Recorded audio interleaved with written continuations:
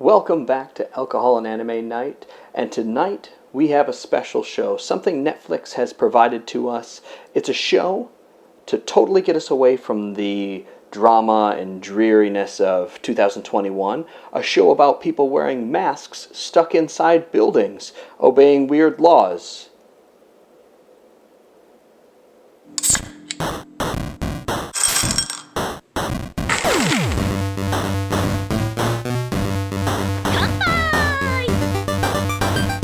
Welcome back to Alcohol and Anime Night. My name is Scott, and this is the show that keeps you drunker, gets you fatter, and lets you enjoy as much anime as possible without judging you. Tonight we're talking about High Rise Invasion, a new Netflix show that came out just this year, but I want to switch things up and actually talk a little bit about our snack and our alcohol choice today. And I don't know why I'm doing these magic hands like I'm trying to to convince you of something. Please like my channel. This is the channel that you like. I want to talk a little bit about a couple things. Get out of the way right off the bat. One of the snacks that I always like to talk about is Slim Jims. And people are like, Slim Jims? Come on, man. I'm going to tell you what. Every so often you want just a little bit of beef jerky with your popcorn and your beer. And sometimes you don't want this big bag of stuff. Slim Jims, easy to come by. You buy a big pack of them. You always have them around. One of the worst things, in my opinion, and these are definitely first world problems, is when you go to enjoy your anime and you don't have all the things you need. How can you possibly be bothered to go out and get them, especially if you've had a couple of these down? Definitely good to have some of these on stock. So although you might scoff at the Slim Jims, I'm a fan. It's not my favorite, but it'll do in a pinch, and it's nice to have some around if you just want a little something extra to snack on. Now, another thing I wanted to talk about, again, just kind of interesting news. I'm a fan of Asahi beer. It's shown here in the regular 11.2 ounce bottles because these are imported. And I'm a big fan. I'm actually going to do a special on these later about why I like it and kind of the history about that. But interestingly enough, it's not been available at my local Fry's store. It usually comes in kind of a big, like kind of cartoonish can. It's meant actually to split. Again, I'll get into that later some other time.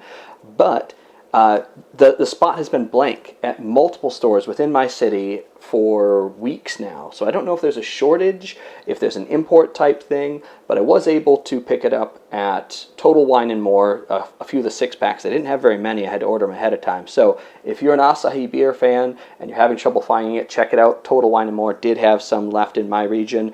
I recommend picking up a few. These ones, interestingly enough, the cans I get are imported from Canada. A lot of people see imported. Oh, that must be from Japan. It's imported from Canada. And this one is actually imported from Italy. So oddly enough, my favorite Japanese beer imported from Italy. It's been a while since I had it out of this one. I suspect it'll taste a little bit different, but still something worth looking into if you're an Asahi beer fan. Now, the other thing I wanted to talk about is I had talked about in the previous episode. I had gone and ordered some of this. It is a Hulless Japanese popcorn, and it's a really kind of high-end heirloom style popcorn, and I ordered it from this company. The guy's called The Starving Farmer, and I'll put a link below and everything. I'm going to do a proper review about this later, but interesting story. I ordered it. It was kind of a lot of shipping because it has to get there quickly because it's a food type thing. When I got the box, it had a big old hole in the box, and I said, ooh, yikes, I hope this didn't go into the package. And you know what? It did. It poked into the package itself and punctured in, which meant first of all, I don't know what punctured in there. God only knows what actually punctured into my food. And secondly, I don't know how long it's actually been opened and what's gotten in there. Insects, I'm not exactly sure. So I was a little disappointed. And so I emailed the guy with some pictures of what had happened in the box. And, again, no fault of his. He didn't poke it, I hope. And he said, you know what? No problem. I'll send you another one out straight away. And I thought that was awesome. So I'm going to give this a proper review once I can pop it. I bought a actual air popper that I hadn't had before. I actually went out and bought one just so I can review this. I'm really excited. It's got this butter melting thing on it, so I'll get to that later. But I just wanted to tell that story. It was really fun that guy, he actually just responded right away and didn't sweat me about it at all. So right off the bat, good customer service. I always like to recognize good customer service. So this Starving Farmer guys, they're number one so far in my book, but I'll do a proper review later and actually get it on there. So, but to the review itself. So, High-Rise Invasion, or as if you want to do the Japanese version of Tenku Shimpan, it is a pretty basic concept, and not unlike some other things that have come before it, but in this case, it was one I was pretty excited about. Now, the show is based on, now the surprise, surprise, based on a manga. And this manga was back in 2013. It was an online-style manga.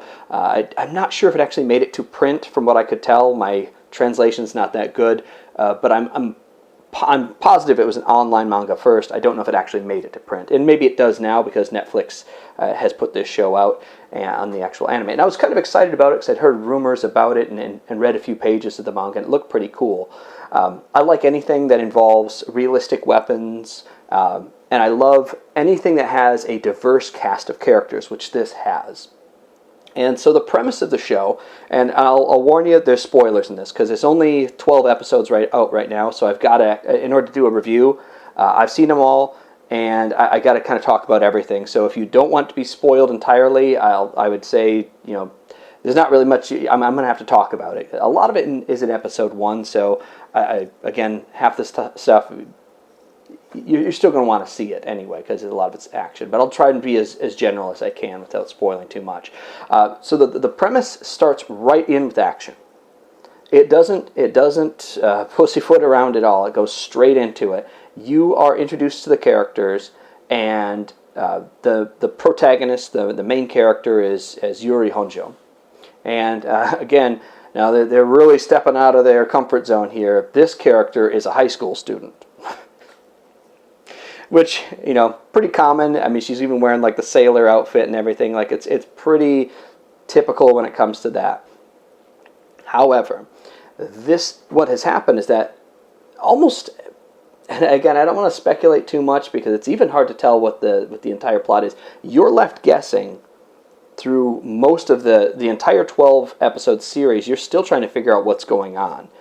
And the basic premise is that many people, almost like the Rapture, have been transported to this city.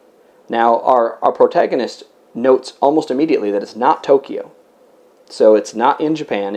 It's this metropolis that's full of high-rise buildings. However, there is no way to get to the ground floor. They are all limited to the top few floors of their buildings, and then connected by a series of these wire bridges, like steel cable rope bridges, and they go throughout the entire thing. So it's kind of like a maze. Like you can get from this one to this one, and then you can go to the roof and go to that. And so there's this whole kind of jungle of that, but you can't get past the certain floors. In fact, they're blocked off with signs and everything. So it's been designed this way. And in the middle, there's this very tall, kind of futuristic-looking building.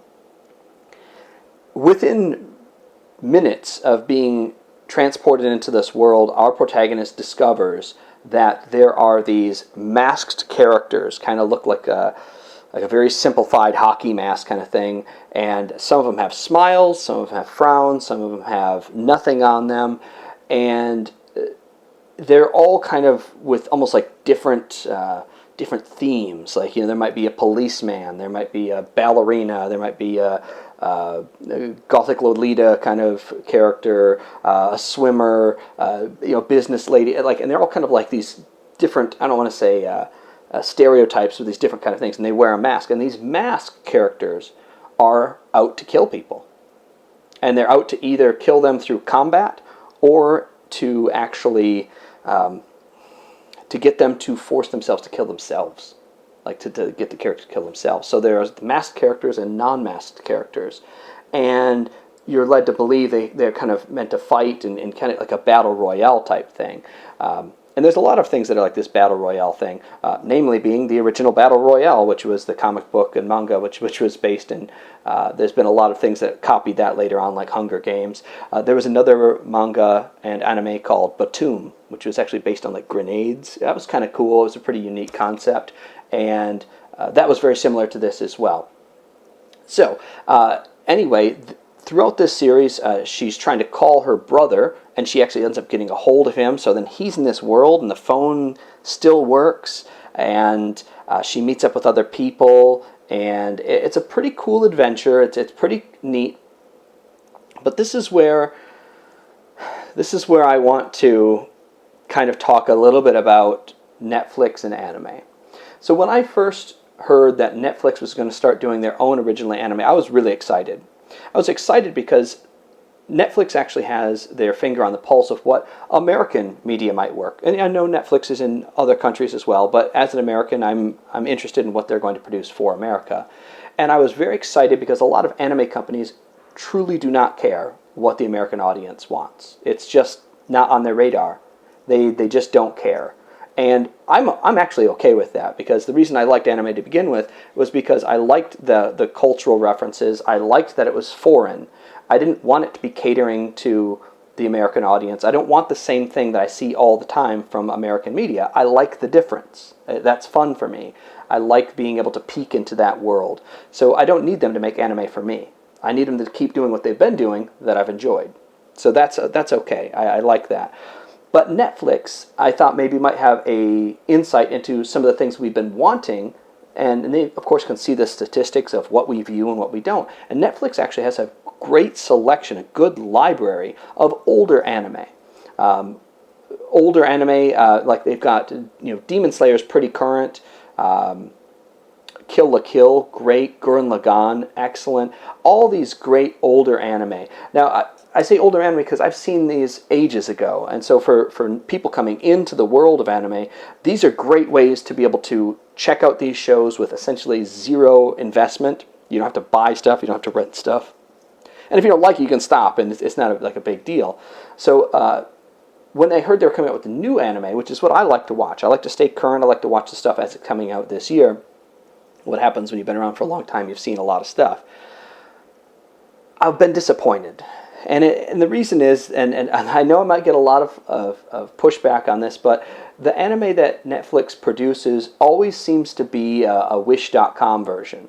It's close. But it's like, it always feels like a knockoff. It always feels like somebody has explained to Netflix what an anime should be, and then they go, okay, yeah, I think I can do that. And they do their best version of it. And Netflix does a good job with that stuff. They execute things quite well. But it just doesn't hit the same. Now, that being said, this show is probably the closest that I've seen an anime hit to be. It's one of the only ones I've felt like I actually look forward a little bit to seeing the next episode. So I do recommend this. It's not high on my list of recommendations, but I do recommend it, especially because it's unique, and you're not going to find it anywhere else but Netflix. And a lot of people have been asking, where can you find some of this stuff? It's hard to find. It is hard to find some of the stuff I recommend because they never licensed it to the United States. And unless you go and buy the Blu-ray from Japan, you're probably not going to find it. Streaming services are mostly where you're going to find it, and sometimes they'll be edited, which is not great. I hate editing, and I hate censorship. It's awful. So check it out on Netflix. I think you're going to like it. Again, it's kind of a Diet Coke version of a lot of anime, but because of that, maybe that is appealing to some people.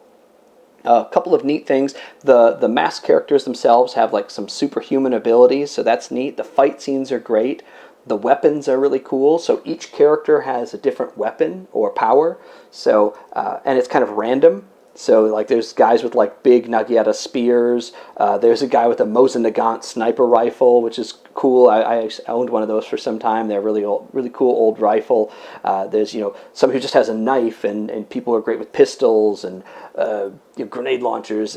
Anything you can think of, they have, and guys good at throwing knives, and so it's really neat to see that diversity in the weapons and how they're going to fight somebody, because they got to fight somebody differently if they have an edged weapon versus a ranged weapon type thing. So it's pretty neat. And again, the battle between the two, and then alliances that form, which is pretty neat, as well. The characters are very diverse. You've got young, like children, which is kind of weird because they're in this world where people are trying to kill people. You got children, high school, mid-range adults, and older people. A lot of times older people aren't represented in anime very well, and if they are, they're almost comedically old, kind of like the sage, big white beard and stuff. This was cool because there are people from that diverse age range and diverse personalities.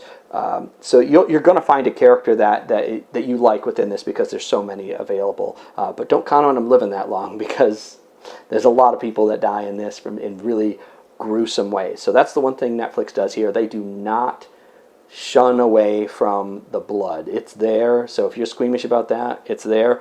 But again, this is a violent anime. This is an action, almost a thriller type thing. So don't be scared if you think they're going to be squeamish on that. Another thing is that Netflix has always been a little bit cautious about the fan service. And, I get to do another weeb glossary here for fan service.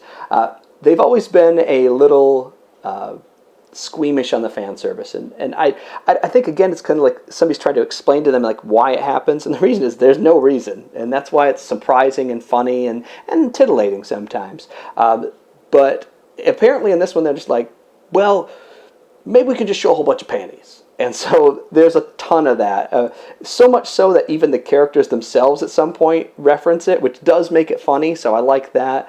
But they're kind of dipping their toe into that, and it's just funny to see. Like, well, I guess people like this kind of stuff, so we'll try it. And so it's funny. It does give it more of the kind of traditional flair, I guess. But when you notice it, you'll almost chuckle, be like, it's like they're almost like pushing me, like, see, we're not scared to do this. But again, it kind of feels like a knockoff, but I think you're going to like it. And it goes 12 episodes. It jumps right into the action. I don't think you're going to be bored. But the characters, I don't want to talk too much about why they're here and what they're doing, because it's sometimes a little clear and unclear, and you might have to speculate yourself. And you're never really quite sure who's a villain and who is not. And some of those people might end up being different than you think. So overall, I recommend it. I need to start coming up with a rating system. So I was thinking about a rating system that's 1 to 3 shots, which does mean I have to start taking shots on video here. I would give this one shot. It's good. It's worth watching. You have to invest nothing into it. I would say a 1 shot, in my opinion, would be like the equivalent of like a C+. You're going to like it. It's passable. And there's nothing wrong with it. The color's nice, the animation's beautiful, and it's free on Netflix, so what can you do? That's all I've got for you today. As always, it's been a pleasure speaking with you. Like, comment, subscribe, do all that YouTube BS down there. More importantly, again, I want to know what you guys want me to look at. I did get a great comment that said to review Kill la Kill, which is I'd be happy to do because it's been ages since I've seen it, and I'd love to re-review all of the episodes, and that one's total fun, total hilarity, and I can't wait to review that one. So thank you to the commenter who said Kill la Kill. I'm absolutely in. As always, kampai.